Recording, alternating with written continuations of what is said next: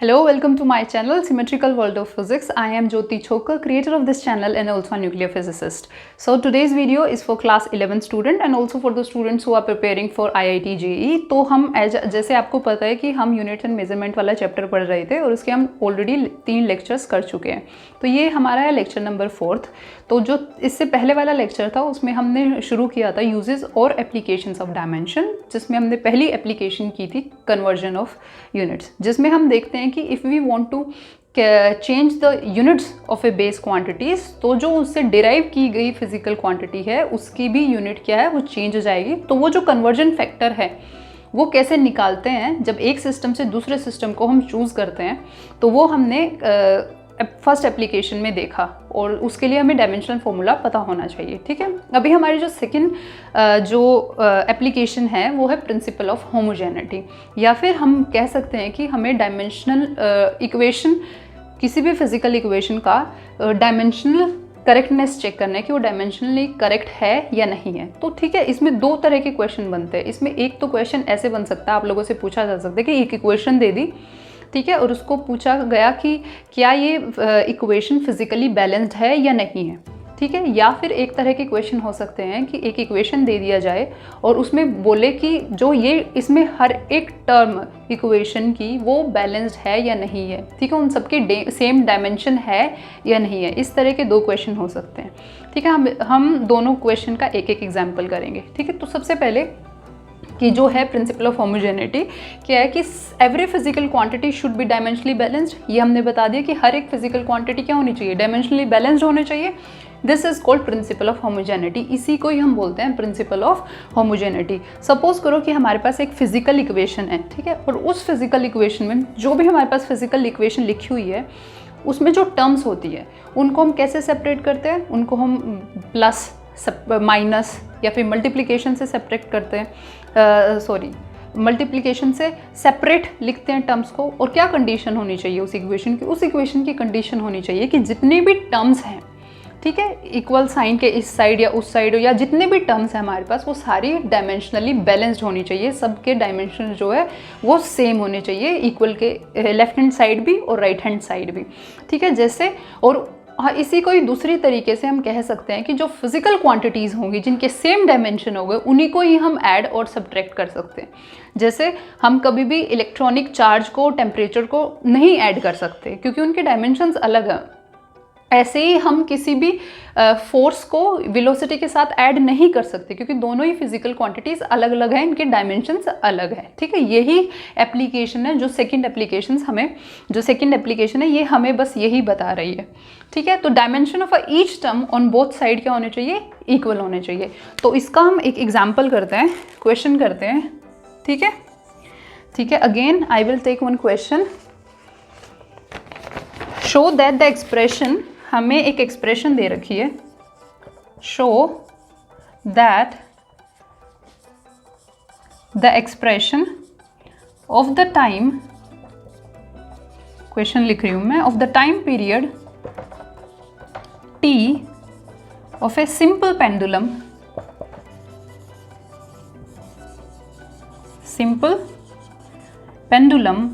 of length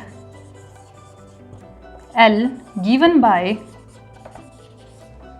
t equals to 2 pi under root L by G is dimensionally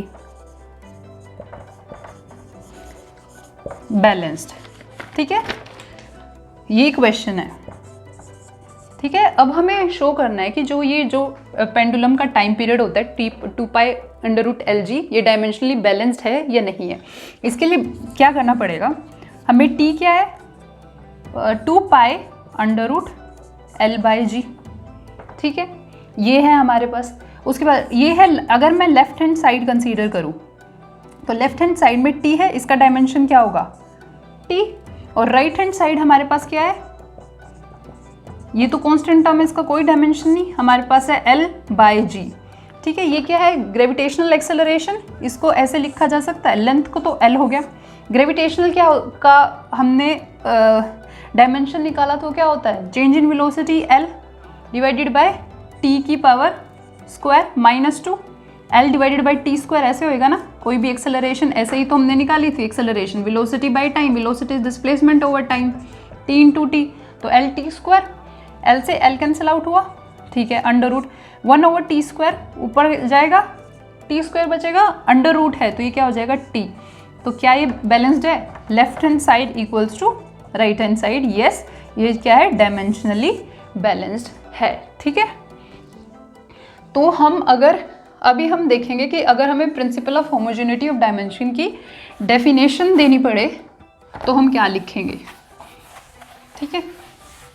जो principle of homogeneity of dimension है वो क्या होता है, इसको हम कैसे स्टेट कर सकते हैं? तो हम लिख सकते हैं कि the principal states that dimension of all the term in a physical expression should be same. जो डायमेंशन होगा हर एक टर्म का इन फिजिकल एक्सप्रेशन में क्या होना चाहिए?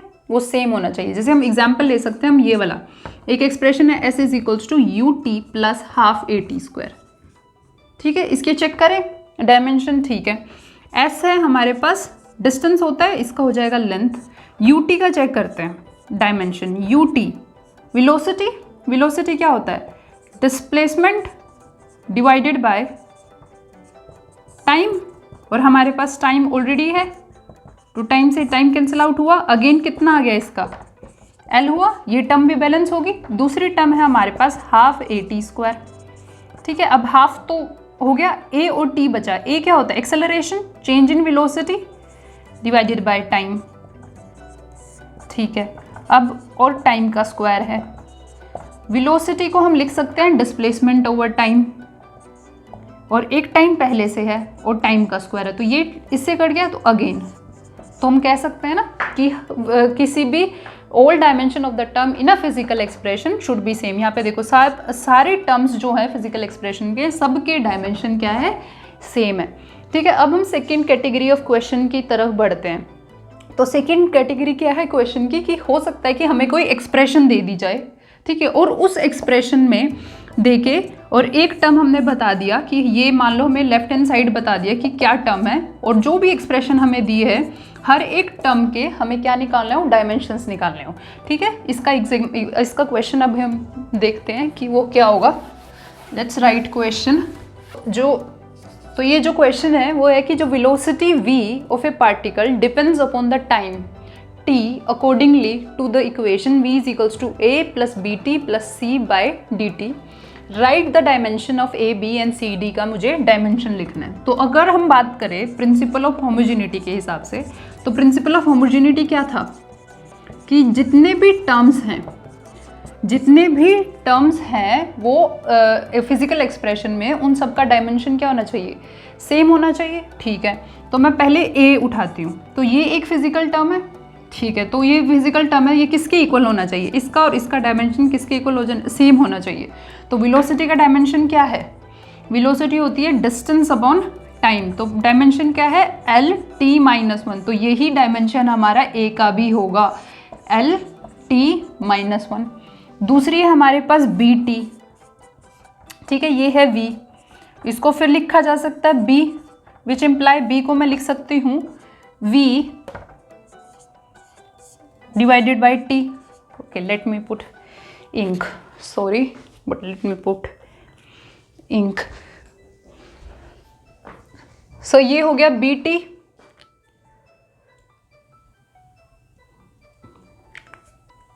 तो बी टी को टी चला जाएगा वहाँ पे, डायमेंशन सेम होने चाहिए हमारे, ये हमें प्रिंसिपल ऑफ होमोजेनिटी से पता चला था, ठीक है। तो अब देखो क्या हो जाएगा, एल आएगा सिर्फ डायमेंशन, इसका डायमेंशन कितना आएगा यहाँ पे बी, वी है एल डिवाइडेड बाई टी, एक और टी है, ये कितना हो जाएगा एल टी माइनस टू, ठीक है। नेक्स्ट हमारे पास एक्सप्रेशन है सी डी प्लस टी, ठीक है, ये भी किसके इक्वल होगा? v के। तो यहाँ से अगर मैं c निकालूँ तो c कितना हो जाएगा यहाँ पे v d प्लस टी। अब v का कितना है? L T minus one. अब हमने प्रिंसिपल ऑफ होमोजेनिटी में हर एक इक्वेशन, हर एक टर्म का डायमेंशन सेम होना चाहिए, तो d का टर्म d प्लस टी का भी डायमेंशन कितना होगा? और d का देखें तो पहले हम ये v के इक्वल हो जाएगा। देखो हर एक टर्म का इक्वल होना चाहिए। पहले डी का देखते हैं, तो डी प्लस टी है तो ये टी टाइम में ऐड हो रहा है, ठीक है। तो अगर इसका देखूं मैं तो डी है वो इक्वल होना चाहिए टी के, तो यहाँ पे क्या आएगा इसका डायमेंशन टी, तो डी प्लस टी, क्योंकि सेम फिजिकल क्वांटिटीज ऐड होती हैं जिनका सेम डायमेंशन होता है, ये कितना होगा टी, ठीक है। यहाँ पे एल, तो ये कितना आएगी लेंथ एल, ठीक है। यहाँ पे ये आएगा हमारा इसका डायमेंशन, ठीक है। ये है हमारे, और डी का आ गया टी, तो ये है हमारा सेकंड इक्वेशन का सेकंड क्वेश्चन का सॉल्यूशन। अब हम जाते हैं थर्ड एप्लीकेशन की तरफ, और थर्ड एप्लीकेशन क्या है कि deduce the relationship between two physical quantities के बीच में हम कैसे रिलेशनशिप को एस्टेब्लाइज कर सकते हैं या डिड्यूस कर सकते हैं। थर्ड एप्लीकेशन है वो है to establish relation among various physical quantities. अभी अगर हमें पास अगर कोई फिजिकल क्वांटिटी है और हमें ये पता है कि वो किस किस फैक्टर पर डिपेंड कर रही है, तो हम उस फिजिकल क्वांटिटीज़ का और उन फैक्टर्स के बीच में रिलेशन निकाल सकते हैं, ठीक है। अजम्पशन हम सपोज लेके चलते हैं कि जो फैक्टर्स की डिपेंडेंस है वो प्रोडक्ट टाइप है।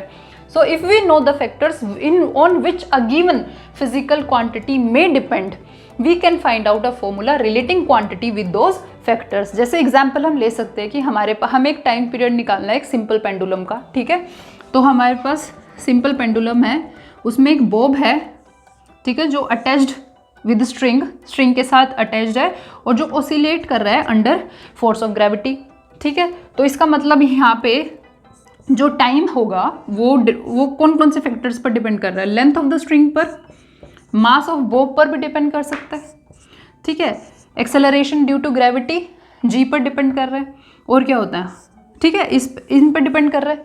तो हम लिख सकते हैं फिर कि टी जो है के एल ए एम बी जी सी, ठीक है, हम ऐसे लिख सकते हैं। ये के क्या है, कुछ प्रोपोर्शनल कांस्टेंट है, हमने ऐसे ही लिख दिया, ठीक है। अभी ये क्या है हमारे पास टाइम पीरियड, ठीक है। तो हम इसको अगर उनकी फॉर्म में लिखे तो एल क्या होता है, लेंथ जिसकी डायमेंशन ए है अभी, ठीक है। मास अगेन एम में होगा जिसका डायमेंशन बी है। ये क्या है, एक्सेलरेशन ड्यू टू ग्रेविटी, इसका डायमेंशन हमें पता है, इतनी बार निकाल चुके हैं, जो होता है L T minus to. Displacement change in velocity over time, velocity displacement over time, L T का वाया माइनस टू सी। अब इन्हें हम क्या लिख सकते हैं, एल ए है एल सी है, इनको हम कंबाइन कर सकते हैं, सेम बेस हमने ऐड कर दिया डायमेंशन।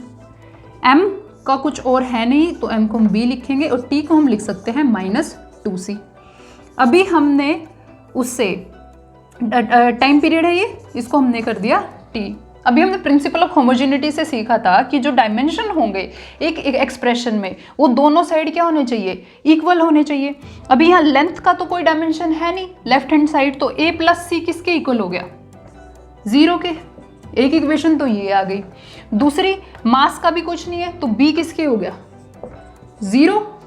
सी minus two C time period का है जो है टी, जो minus two C equals to one, तो यहाँ से सी कितना हो गया, L minus two T minus two C equals to one. तो एल कितना हो गया यहाँ पे, सी कितना आ गया यहाँ से माइनस वन बाय टू।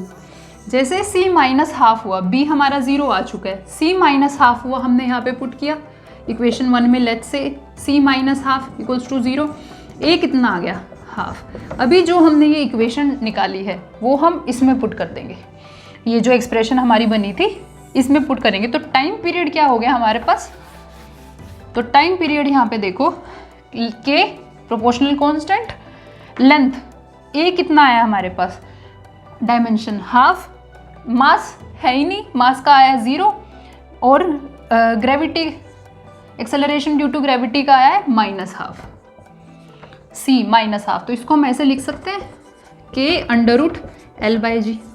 तो यहाँ से हमें क्या पता चला कि जो टाइम पीरियड है वो मास के इंडिपेंडेंट होता है और लेंथ पे और ग्रेविटेशनल पे एक्सेलरेशन पर डिपेंड करता है, लेंथ के अंडर रूट स्क्वायर रूट के डायरेक्टली प्रोपोर्शनल और इनवर्सली प्रोपोर्शनल, ठीक है। सो ये एप्लीकेशन थर्ड एप्लीकेशन हम यूज करके ऐसे हम किसी भी फिजिकल क्वांटिटीज की रिलेशन निकाल सकते हैं अगर हमें ये पता हो कि वो किस किस फैक्टर पर डिपेंड कर रहे हैं। Let's try to calculate one more question using third application. तो नाउ द क्वेश्चन इज कि जो फ्रीक्वेंसी f है किसी भी स्ट्रेच स्ट्रिंग की, वो डिपेंड कर रही है टेंशन जो है F, जिसके डायमेंशन है फोर्स के, ठीक है, लेंथ के ऊपर डिपेंड कर रही है, और मास पर यूनिट लेंथ पर डिपेंड कर रही है, जिसको हम म्यू से रिप्रेजेंट कर रहे हैं, ठीक है। अब हमें क्या करना है, सपोज करते हैं कि जो F है, जो डायमेंशन है फ्रीक्वेंसी के, इन F में लेट वो A है, लेंथ में B है, और ये जो मास पर यूनिट फैक्टर है म्यू, इसमें C है। तो हम कैसे लिख सकते हैं, F is equals to frequency is equals to force, कितना डायमेंशन है A, लेंथ डायमेंशन है B, म्यू डायमेंशन है C। ये हमने खुद लिख दिया, ठीक है। अभी फ्रीक्वेंसी के डायमेंशन हमें पता है, वो क्या है, फ्रीक्वेंसी क्या होता है, 1/टाइम पीरियड। तो इसका मतलब यहाँ पे m0 L0 t की -1, ठीक है, डायमेंशन -1। F फोर्स का हमने निकाला हुआ है, बहुत बार निकाला हुआ है, m1 L1 t -2। फोर्स क्या होता है, मास इनटू एक्सेलरेशन, मास है m, ठीक है, मतलब है तो ये टेंशन, लेकिन उन्होंने बोला डायमेंशन ऑफ फोर्स, तो इसलिए मैं ऐसे निकाल रही हूँ। तो फोर्स होता है मास, वेलोसिटी ओवर टाइम, तो वेलोसिटी का डिस्प्लेसमेंट ओवर टाइम, तो L t इंटू टी, तो आ गया m1 L1 t -2। और ये क्या है यहाँ पे, लेंथ LB, म्यू है मास पर यूनिट लेंथ, तो मास M L -1 C, ठीक है। तो अभी इसमें हम क्या लिख सकते हैं, M को हम लिख सकते हैं A, ये डायमेंशन A है, A प्लस C, L हो जाएगा यहाँ से A plus B minus C, एक सेकेंड, हाँ -C, और क्या है हमारे पास T का क्या है -2A, ठीक है। यहाँ से ये हो गया मास A plus C, length A plus B minus C, and T is -2A। अभी यहाँ पर हमारे पास लिखे हुए हैं m0 L0 t -2। तो अभी हम इनको कंपेयर करें तो मैं यहाँ से लिख सकती हूँ कि A plus C is equals to 0, A plus B minus C equals to 0, और यहाँ से हो जाएगा -2A equals to -1, -2A equals to -1।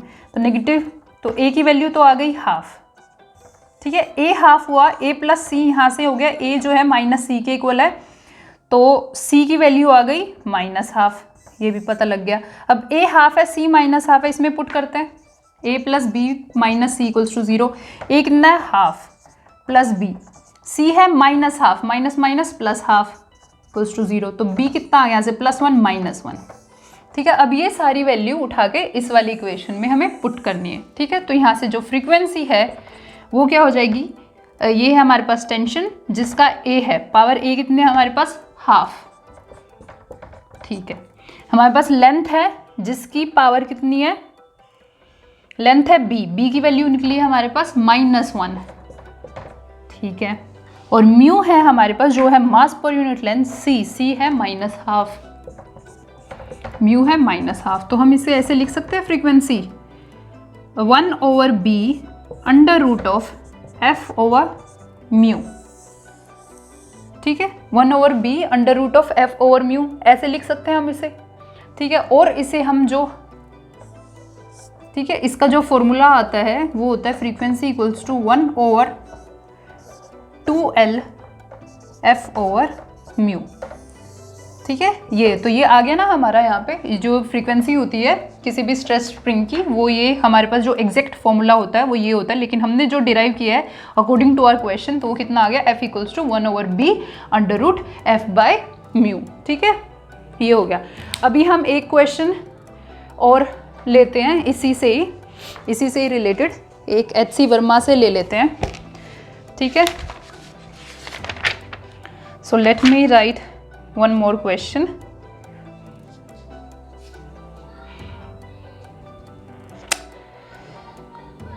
When a solid sphere moves, ये लो, या हीट प्रोड्यूस्ड वाला ले लेते हैं, ठीक है, ये वाला करते हैं। The heat produced in a wire, let me rub this and then we can do.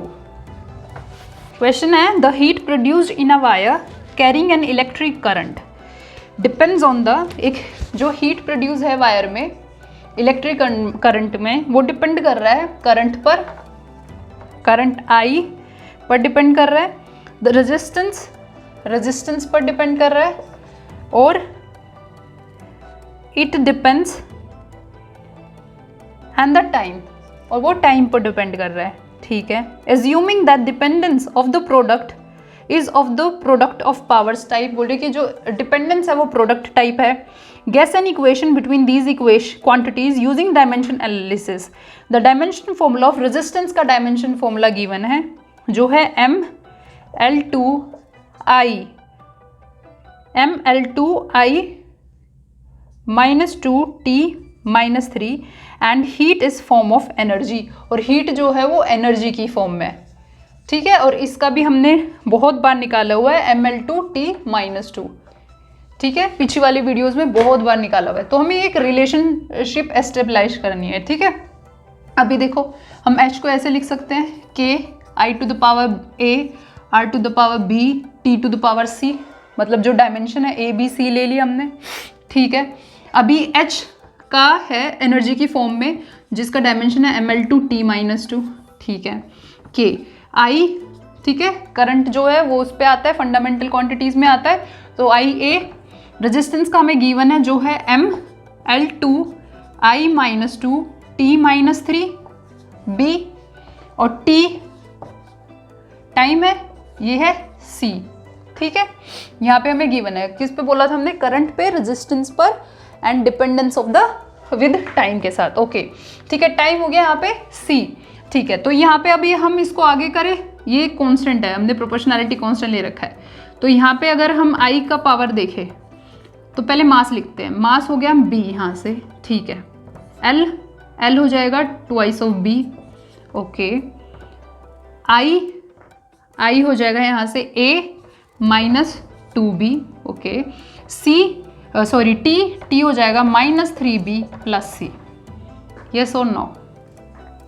I A -2B, L 2B, M B A -2B, T -3B + C, okay. अब इनको कंपेयर करते हैं, B किसके इक्वल हो गया 1 के, और यहाँ से हम L को कंपेयर करेंगे तो यहाँ पे 2B किसके इक्वल हो जाएगा 2, dimension of L 2B 2, again B 1 हो गया यहाँ पे, ठीक है। हमारे B की वैल्यू तो 1 फिक्स हो गई। T अगर I का बात करें तो A -2B = 0, A की वैल्यू हो जाएगी -2 × 1, B हमने 1 कैलकुलेट किया था, तो -2, तो A आ गया यहाँ पे 2, ओके। उसके बाद है हमारे पास -3B + C, T है -2 के इक्वल, तो -3 × 1 + C -2, सो ये हो गया C = -2 + 3, तो C की वैल्यू आ गई 1। अब ये जो C B A सब निकाला इसमें पुट करते हैं, तो H हो गया हमारे पास, यहाँ पे लिखते हैं H हो गया हमारे पास KIA कितना है 2I² RT, हमारे पास फॉर्मूला होता है जो हमें पता भी है, यहाँ से भी यही आएगा। B की वैल्यू कितनी है 1, तो R की वैल्यू 1। T कितना निकल के आया हमारा, मतलब C कितना आया 1, ठीक है। और हमें पता भी है कि ये I² RT होता है, ठीक है, हम पढ़ते भी है इसे पावर के चैप्टर में, वर्क एनर्जी एंड पावर में। हीट क्या आ गया यहाँ से I² RT, तो ये हो गया हमारा डिड्यूस। सो ये था हमारा यूनिट्स एंड मेजरमेंट, जिसमें हमने एप्लीकेशंस पूरे खत्म हो चुके हैं। हमारे पास यूनिट्स एंड डायमेंशन क्या होता है हो चुका है, फंडामेंटल क्वांटिटीज़ क्या है, कैसे डिराइव करते हैं, डायमेंशन क्या है, मैंने मेरे पूरी 4 लेक्चर्स में सब कुछ कवर करवा दिया है। तो प्लीज़ अगर आपको मेरा पढ़ाने का तरीका अच्छा लग रहा हो, please like it, subscribe it and also comment what ever question you have, please write on comments, okay. और अभी इस चैप्टर में ज़्यादा खास कुछ बचा नहीं है, सिर्फ significant figures, random numbers. I think I will try to conclude it, लेकिन वो उसी वीडियो में डालूंगी जिसमें मैं क्वेश्चंस लेके आऊँगी इसके, और वो क्वेश्चंस लेके आऊँगी जो पिछले मतलब जो आ चुके हैं हमारे पास IIT JEE में, जो क्वेश्चन पूछे जा चुके हैं प्रीवियस ईयर में, ठीक है। तब तक के लिए stay connected and stay healthy, bye bye.